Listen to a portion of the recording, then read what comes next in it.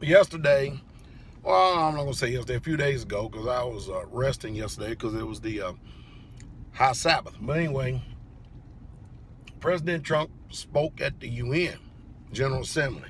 And of course, the echoes and the sentiment across the world is they too much don't like him. And of course, he doesn't care. And basically, I don't care either. Because when we see what's taking place all across the world, it's not looking good. Unlike what President Obama tried to say and paint a picture, said that we are better off now than we've ever been. And we've gotten progressively better in the last 20, 30 years. My personal opinion is we've gotten progressively worse. And I'll tell you the reason why. The one way you can govern the health of a nation is how it treats its poor. And in that area, America fails immensely.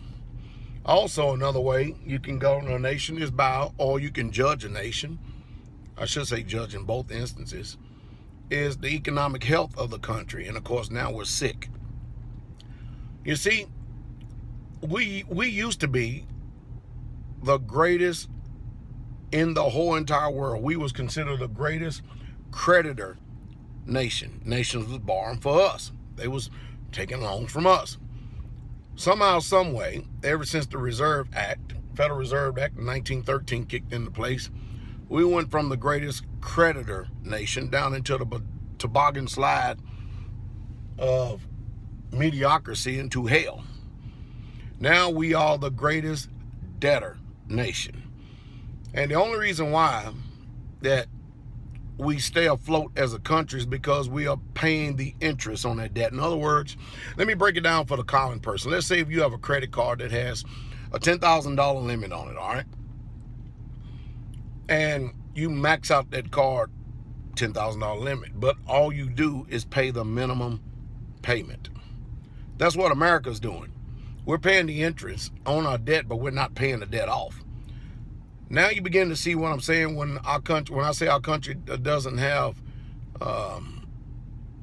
the stomach to balance the budget, and they ain't planning on ever doing it, because as long as we can pay the interest on the debt and continue to keep selling land to China, we have been done for as a people in this country. Now, those of us who realize this and know this, we get it. We understand it. But man, oh man, I tell you that there are a lot of people that just simply don't understand. Well, a lot of people begin to get the reality of it when, Pastor Dow gets on there hollering screams and people mock, they jeer, they deride, they chide me all the time, which I don't mind, because it's really, if you notice, I haven't really been giving too much attention to trolls and those with a negative perspective and point of view who are still in life right now where they were 5 years ago, nowhere.